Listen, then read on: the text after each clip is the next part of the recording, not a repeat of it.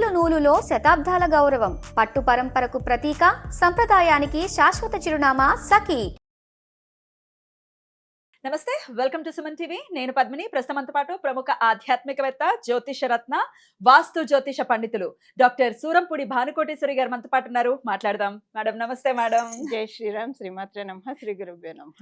ముందుగా మీకు శ్రీ పరాభావన సంవత్సర ఉగాది శుభాకాంక్షలు మేడం. ధన్యవాదాలు పద్మిని. మీకు మరియు సుమన్ టీవీని వీక్షిస్తున్న వీక్షకులందరికీ కూడా పరాభవ నామ సంవత్సర శుభాకాంక్షలు. ఈ ఉగాది మీ జీవితంలో నవవసంతాలని మన జీవితాల్లో నవవసంతాన్ని కురిపించాలని, మన అందరం కూడా ఆనంద డోలికల్లో తేలిపోవాలని చెప్పి, మనకున్న కష్టాలన్నీ కూడా తగ్గిపోవాలని చెప్పి జగన్మాతని మనందరి తరఫున మనస్ఫూర్తిగా ప్రార్థిస్తున్నాను. థ్యాంక్ యూ అండి. Thank you so very much. ఒక్కసారి ఈ ద్వాదశ రాశులకి కూడా మనం ఖచ్చితంగా రాశి ఫలాలు అంటే తెలుసుకోవాలి అని అంటే అది ఉగాదికి మాత్రమే మనకు ఉన్నటువంటి సాంప్రదాయం. కాబట్టి మరి పరాభావన సంవత్సరం పేరేమో పరాభావం కదా, మరి అవమానం కదా, ఒకంత భయంగా ఉంది. మరి అంత భయపడాల్సిన అవసరం ఉందా? ద్వాదశ రాశులకి కూడా ఎటువంటి ఫలితాలను ఇవ్వబోతోంది? గోచారం ఒక్కసారి మీ ద్వారా తెలుసుకోవాలనుకుంటున్నాను. తప్పకుండా పద్మిని. పరాభవం అనేది గోచారం మనకి ఇప్పుడు జూలై నుంచి జూలై వరకు కూడా గురు భగవానుడు మిథున రాశిలో ఉంటాడు. జూలైలో మిథున రాశి నుంచి కర్కాటక రాశిలోకి వస్తారు. శనేశ్వరుడు మటుకు మీన రాశిలోనే ఉంటారు, శని మహారాజు. రాహుకేతువుల ట్రాన్సిట్ ఈ డిసెంబర్లో మారుతుంది, 2026 డిసెంబర్లో. వీళ్ళు ఏంటంటే ఊరందరిది ఒక దారి అయితే ఉలిపిట్టది ఒక దారి అన్నట్టు రివర్స్ అనమాట. వాళ్ళు ఉండేది రిట్రోగ్రేషన్ లో ఉంటారు కాబట్టి కుంభం నుంచి మకరానికి, అలాగే సింహంలో ఉన్న కేతు భగవానుడు కర్కాటకానికి వెళ్తాడు. బట్ ఇదేంటంటే ఒక మేజర్ ఇంపాక్ట్ అనేది డెఫినెట్ గా ఈ సంవత్సరము అన్ని సంవత్సరాలు వచ్చే మనకి ఉగాది ఫలితాలు ఒక ఎత్తు అయితే, డెఫినెట్ గా ఈ సంవత్సరం ఒక బ్యూటిఫుల్ థింగ్స్ అనేవి అందరి జీవితాల్లో ఉండబోతున్నాయి. అవమానం ఉంటుంది అన్ని రాసుల వాళ్ళకని కాదు, కొన్ని రాసులు అది మనం రాశి వారిగా మాట్లాడుకున్నప్పుడు ఏ రాశి వాళ్ళకు ఉంటుంది అనేది నేను స్పెసిఫిక్ గా చెప్తాను. బట్ ఇదేంటంటే ఈ గురు భగవానుడు కర్కాటక రాశిలోకి రావడం అనేదే అందరి జీవితాన్ని సువర్ణమయం. ఆయన ఏంటంటే మిడాస్ టచ్, ఆయన ఎక్కడ ఉంటే అందుకే గురుబలం గల వ్యక్తులు కూడా వాళ్ళ ఆరా ఉంటే అదేంటంటే వాళ్ళకి మిడాస్ టచ్ అయిపోతుంది అనమాట. సో అది గురుబలం, కేవలంగా గురుబలమే మిడాస్ టచ్. పట్టినంత బంగారం అనేది ఆయన ఇవ్వగలుగుతాడు. సో బంగారానికి కూడా బంగారం అనే లోహానికి అధిపతి కూడా. సో ఆయన కర్కాటక రాశిలో ఉచ్చ స్థానంలో ఉండడం అనేది ద్వాదశ రాశుల వాళ్ళకి, ద్వాదశ లగ్నాల వాళ్ళకి, 27 నక్షత్రాల వాళ్ళకి డెఫినెట్ గా ఒక అల్టిమేట్ టైం ప్రారంభం అవుతుంది. అద్భుతం. మరి ద్వాదశ రాశులకి కూడా పరాభావన సంవత్సరం ఎలా ఉంటుందో ఒక్కసారి మనం మొదలు పెడదాం. మరి వృశ్చిక రాశి వారికి శ్రీ పరాభావన సంవత్సరం ఎలా ఉండబోతోంది మేడం? వృశ్చిక రాశి వాళ్ళకి చెప్పడానికి ముందుగా పద్మిని ఒక చిన్న విషయం చెప్తాను. ఇది ప్రతి ఒక్కళ్ళకి వృశ్చిక రాశి, వృశ్చిక లగ్నంలో ఉన్న ప్రతి ఒక్కళ్ళకి పాయింట్ కనెక్ట్ అయ్యి కళ్ళమ్మ చివరి నీళ్లు రాకపోతే నన్ను అడగండి. అవునా? అంటే జరిగిన విషయాలు, జరగబోయేవి కాదు. 25 మినహాయిస్తే 25 బిఫోర్ 5 ఇయర్స్ మనం చూసుకుంటే వృశ్చిక రాశి, వృశ్చిక లగ్నంలో పుట్టిన వాళ్ళకి చాలా ఇబ్బందులు పడ్డారు. అంటే అన్ని రాశుల్లో కంపేర్ చేస్తే వృశ్చిక రాశి వాళ్ళు బిభత్సమైన, ఎందుకంటే అర్ధాష్టమ శని అత్తలాకుతలం చేసి పడేసింది. వృశ్చిక రాశికి అర్ధాష్టమ శని అస్సలు కాదు. ఇది ఎక్సెప్షన్, ప్రతిదానికి కండిషన్స్ అప్లై అని ఒకటి ఉంటుంది. ఎక్కడో ఒక 10% పీపుల్ కి కండిషన్స్ ఇది అప్లికేబుల్ కాదు, కానీ 90% ఇదే ఇబ్బందులు డెఫినెట్ గా. ఇప్పుడు వృశ్చిక రాశి, వృశ్చిక లగ్నం వాళ్ళు చూస్తుంటే ఈ పాయింట్ కి కనెక్ట్ అవ్వకపోతే అడగండి. ఈ 25 నుంచి కొంచెం కుదురుకున్నారు, పర్లేదులే, మరి ఏమంటారు, బాగోకపోయినా బాగా లేకపోయినా కూడా చండాలంగా అయితే లేదు, కొంత ప్రశాంతంగా సాగుతుంది. 5 ఏళ్ళు లిటరల్ గా వాళ్ళకి అంటే ఏమంటారు, నరకం అంటే ఏంటి, ఇహలోక నరకాన్ని వాళ్ళు చూసారా. 10% పీపుల్ ని మనం మినహాయిస్తే 90% ఆఫ్ ద పీపుల్ ఇది చూసారు. అయితే ఎప్పుడైనా కష్టం వెనక సుఖం, చీకటి వెనక వెలుగు. ఇప్పుడు అది వీళ్ళకి, ఈ వర్డ్ వీళ్ళకి పర్ఫెక్ట్ అవుతుంది ఈ పరాభవ నామ సంవత్సరం నుంచి. 9వ స్థానంలో గురు భగవానుడు రావడము, వీళ్ళ రాశిని 5వ దృష్టితో చూడడము, తృతీయ స్థానాన్ని చూడడము, పంచమ స్థానాన్ని చూడడము. వీళ్ళకి ఏంటంటే నేను ఇందాక చెప్పాను కదా, కోణాలు లక్ష్మీ స్థానాలని. 5వ స్థానం కోణస్థానం, 9వ స్థానం కోణస్థానం. 2 కోణస్థానాలు లక్ష్మీ అమ్మవారి అధీనంలో ఉన్న ఈ కోణస్థానాల్ని గురు భగవానుడే చూడడము వీళ్ళకి ఒక అమృతపు జల్లు ప్రతి విషయంలో కూడా. వృశ్చిక రాశి అల్టిమేట్ రిజల్ట్స్ ఉన్న రాశుల్లో ఫస్ట్ ఉండే రాశి, టాప్ మోస్ట్ రాశి సంవత్సరంలో వృశ్చిక రాశి. జామ్ అని సాగుతుంది వాళ్ళకి. ఇప్పుడు నవంబర్లో డిసెంబర్ తర్వాత కేతు భగవానుడు వస్తాడు. కేతు భగవానుడు వచ్చినప్పుడు అప్పుడు కొంచెం కన్ఫ్యూజన్స్ ఉంటాయి. అంతా బాగుంటుంది వాళ్ళకి. లోపల ఎందుకు కొంచెం ఇన్సెక్యూర్డ్ గా ఫీల్ అవుతారు, కానీ దాన్ని కవర్ చేసుకొని వాళ్ళు వెళ్తారు. ఎందుకంటే ఆల్రెడీ 5 సంవత్సరాలు చూసిన దాని మీద ఇది వాళ్ళకి చిన్నదే, నథింగ్, అంతే. ఒక పిల్ల బచ్చా సమస్య. సో సమస్యల్లో కూడా క్యాడర్ చేసుకునే వివేకాన్ని జూపిటర్ ఇస్తున్నాడు. ఇదే మనకి సమస్యను కూడా మనం డిస్ట్రాస్, కానీ ఈ సమస్యకి మనం ప్రయారిటీ ఇవ్వాలి, ఈ సమస్య అసలు అవసరం అనేది. ఏ సమస్యకి ప్రయారిటీ ఇవ్వాలి? ఫైనాన్షియల్ మ్యాటర్స్ లో ప్రయారిటీ ఇవ్వాలి. చదువుకోలేకపోతే పిల్లల్ని తీర్చిదిద్దడం అనే సమస్యకి ప్రయారిటీ ఇవ్వాలి. సో మనకి ఇచ్చే ఈ కష్టాలలో ఇవి కూడా ఉంటాయి కదా, వీటిల్లో ఆయన టిక్కులు పెడుతూ ఉంటాడు అనమాట. జూపిటర్ పంచమ దృష్టితో ఇప్పుడు వీళ్ళని రాసినే చూస్తున్నాడంటే అక్కడ దాని అర్థం ఏంటంటే పంచమ స్థానాన్ని చూస్తున్నాడు, నవమ స్థానాన్ని చూస్తున్నాడు. దాని అర్థం ఏంటంటే మన మైండ్ మీద భగవంతుడు ఎప్పుడైతే చూస్తున్నాడో, ఇట్స్ లైక్ మనకి లలిత సహస్రనామంలో ఒక నామం ఉంటుంది కదా, సహస్రారం భుజరూఢ సుధాసారాభివర్షిణి. మనందరి తల మీద అమ్మవారు ఉంటుంది, అమృత కలశాన్ని పట్టుకొని ఉంటుంది. ఎప్పుడో ఆవిడకి దయగలిగినప్పుడు ఒక అమృత బిందువు మన మీద కురిపిస్తుంది. ఆ కురిపించినప్పుడే మనకు ఒక థాట్ వస్తుంది. ఆ థాట్ తోటి మనము ఎగ్జిక్యూట్ చేస్తే లైఫ్ టర్న్ అవుతుంది. ఈ దశలో నాకు లైఫ్ టర్న్ అయిందని మనం అనుకుంటుంటాం. ఎప్పుడు అమ్మవారు మన మీద అమృత బిందువు కురిపించినప్పుడు. కాకపోతే ఆధ్యాత్మికంలో ప్రోగ్రెస్ అయ్యే వాళ్ళకి అమ్మవారు ఎప్పుడు కురిపిస్తూ ఉంటుంది. కురిపించుకోవడానికి ఆధ్యాత్మికంలో ఉంటారు.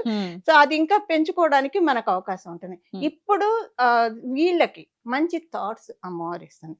ఈ కష్టాలంటే అవి కాదు, వేటికి ప్రియారిటీ ఇవ్వాలి, వేటికి ఇవ్వకూడదు. వైవాహిక జీవితంలో సమస్యలు ఉన్నాయా, అవి తొలగిపోతాయి. పిల్లలతోటి ఇబ్బంది పడుతున్నారా, అవి తొలగిపోతాయి. అలాగే ఫైనాన్షియల్, అవి తొలగిపోతాయి. పరిస్థితుల వల్ల, వ్యక్తుల ప్రభావం వల్ల ఇబ్బంది పడుతున్నారు, అవి తొలగిపోతాయి. ఈ వృశ్చిక రాశి వాళ్ళకి ఏంటంటే ఒక చిన్న ఇది వీళ్ళకి జూలై నుంచి ఎలా మారుతుందంటే, వీళ్ళకి అంతకుముందు ఆపోజిట్ గా ఉన్న కండిషన్స్ ఏవైతే ఉన్నాయో ఇప్పుడు ఫేవరబుల్ గా అవుతాయి. పరిస్థితులు అయితే ఫేవరబుల్ గా అవుతాయి. వ్యక్తులు అయితే ఓకే, ఎవరైనా ఆపోజిట్ గా ఉండి వీళ్ళు ఇబ్బంది పడి ఉంటే కనుక ఇప్పుడు వీళ్ళకి బాగుంటుంది. వాళ్ళకి వీళ్ళు అనుసరించిన మార్గం అంటే వీళ్ళు ప్రోగ్రెసివ్ మోడ్ లో వెళ్ళడం వల్ల ఇలా ఉంటే మనకి ప్రోగ్రెస్ వస్తుందేమో అనుకోని వాళ్ళకి కూడా బాగుంటుందా? కాదు, వాళ్ళు ఈ దారిలోకి వచ్చేస్తారు. కానీ ఇక్కడ ఏమవుతుందంటే వాళ్ళకి రివర్ట్ అవుతుంది. వీళ్ళకి వచ్చినట్టు వాళ్ళకి రాదు. అది అప్పుడు వాళ్ళకి అర్థమవుతుంది, పులిని చూసి నక్క వాతలు పెట్టుకోకూడదు అని వాళ్ళకి అర్థం అవుతుంది. పులులే వృశ్చిక రాశి వాళ్ళైతే ఈ సంవత్సరం డెఫినెట్ గా వాళ్ళకి ఏంటంటే బాగా ఉండే పరిస్థితులన్నీ ఉన్నాయి. సో ఇందులోనే మనకి విద్యార్థులకు వచ్చేసింది కదా, వివాహం ఉంది, అన్ని ఆర్థికంగా సంతానం కోసం ప్రయత్నిస్తుంది అవుతుంది. బేసిక్ గా ఈ సంవత్సరం ప్లాన్ చేసుకుంటే కూడా మంచిది. వృశ్చిక రాశి, వృశ్చిక లగ్నంలో పుట్టిన వాళ్ళు గురుబలం అత్యద్భుతంగా ఉంది. మంచి గ్రహస్థితుల్లో అంటే అతిచారంలోకి రాక ముందే ఈసారి తీసుకుంటే కనుక చాలా మంచిది. అద్భుతం అండి, నిజంగా ఎంత మంచి విషయం చెప్పారు. వృశ్చిక రాశితో ఏ సంబంధం లేదు నాకు, అయినప్పటికీ వాళ్ళు పెట్టేటటువంటి కమెంట్స్ చూస్తూ ఉంటాను. మేజర్ గా పెట్టేది వృశ్చిక రాశి వాళ్ళు, మేము భరించలేకపోతున్నాం అని. పాపం వృశ్చిక రాశిలో గ్రహాలు ఉంటే సీరియస్ లైఫ్ పెండింగ్ కర్మని చూపిస్తుంది, సీరియస్ గా పాస్ట్ లైఫ్ పెండింగ్ కర్మని చూపిస్తుంది. ఇప్పుడు వృశ్చిక రాశే పుట్టక్కర్లేదు పద్మిని. ఎవరికైనా నవాంశ చాట్ లో మనకి పరాశర సంహిత చెప్పేది ఏంటంటే, నవాంశ చాట్ లో కుంభరాశిలో, వృశ్చిక రాశిలో గ్రహాలు ఉండకూడదు. గ్రహాలు ఉంటే అంటే ఇక్కడ కూడా కొన్ని కండిషన్స్ అప్లై, ఎక్సెప్షన్స్ కొన్ని ఉంటాయి, కొన్ని తప్పించి ఆ ఎక్సెప్షన్స్ లో ఉంటే ప్రాబ్లం ఏం లేదు. అది ఇప్పుడు నవాంశ చాట్ లో వృశ్చిక రాశిలో ఎవరికైనా గురుడు ఉన్నాడు, వాళ్ళకి సంతానం ఉండదు. చూడండి ఎన్ని కేస్ స్టడీస్ మీరు చూసారు. ఇది తంబ్ రూల్స్ అంటాం, తంబ్ రూల్ ఇది ఉండదు. సో ఇలా ఉంటాయి అనమాట. అలా అంటే వృశ్చిక రాశి కాకపోయినా అలా ఉంటేనే ఇంత సగం ఉంటే, ఇప్పుడు ఫైర్ యాక్సిడెంట్ అక్కడ జరుగుతుంటే ఇక్కడ ఉంటే మనకి పొగ వస్తుంది కదా, అదే ఫైర్ యాక్సిడెంట్ లోనే ఉంటే చచ్చిపోతాం అంతే. అంటే వృశ్చిక రాశి పాపం అందుకనే వాళ్ళకి ఏంటంటే ఇప్పుడు వాళ్ళే బాగా విన్నర్స్ కూడా అవుతారు. అద్భుతం అండి నిజంగా. ఎందుకంటే ఆ కష్టాన్ని ఓర్చుకొని లాడర్స్ ఎక్కి లైమ్ లైట్ లోకి వస్తారు. ఇప్పుడైతే చాలా నేచర్ సంతోషం. ఇస్తుంది. అద్భుతం అండి నిజంగా.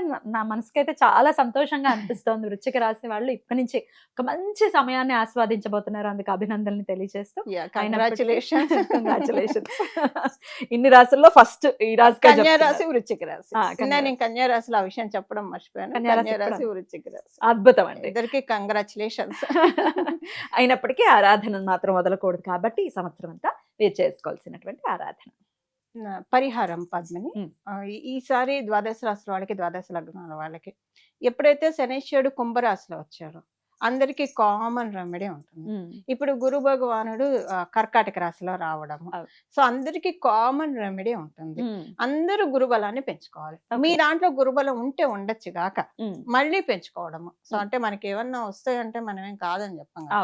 ఇవాళ వండుకున్నాం అంటే బియ్యం బస్తా తెచ్చిస్తా అంటే ఈ పూట వండుకున్నాం అని ఎవరని చెప్పాం కదా, అవును. పెట్టుకుంటాం కదా, రేపటికి ఉంచుకుంటాం కదా. అలా ఇది బాగా పనిచేస్తుంది. Okay. గురుమూర్తులను ఆరాధించాలి. Okay. గురు రాఘవేంద్ర స్వామిని ఆరాధిస్తారా, మేధ దక్షిణామూర్తి స్వామిని ఆరాధిస్తారా, దత్తాత్రేయుని ఆరాధిస్తారా, సాయిబాబాని ఆరాధిస్తారా, ఎవరైనా సరే గురువులు మీరు ఎవరినైతే, లేదా కృష్ణం వందే జగద్గురు అంట, కృష్ణ పరమాత్మని మించిన గురువులు. సో ఇలాగ ఆరాధిస్తూ అమ్మవారు గురుమూర్తి రూపంలో ఉంటుంది. గురుమూర్తి, గురుమాత, గోమాత, గుహజన్మభూమి అని మనకి లలిత సహస్రనామంలో ఉంటుంది. సో గురుమూర్తి రూపంలో అమ్మవారు రాజశ్యామల అమ్మవారి రూపంలో, సరస్వతి అమ్మవారి రూపంలో మనకి ఉంటారు. వాళ్ళనైనా ఆరాధించవచ్చు. ఎక్కువగా ప్రతిరోజు స్నానం చేసిన వెంటనే ఇమ్మీడియట్ గా ప్రతి రాశి వాళ్ళు, ప్రతి లగ్నం వాళ్ళు, 27 నక్షత్రాల వాళ్ళు దేవుడికి ఎలానో పూజ చేసుకుంటాం.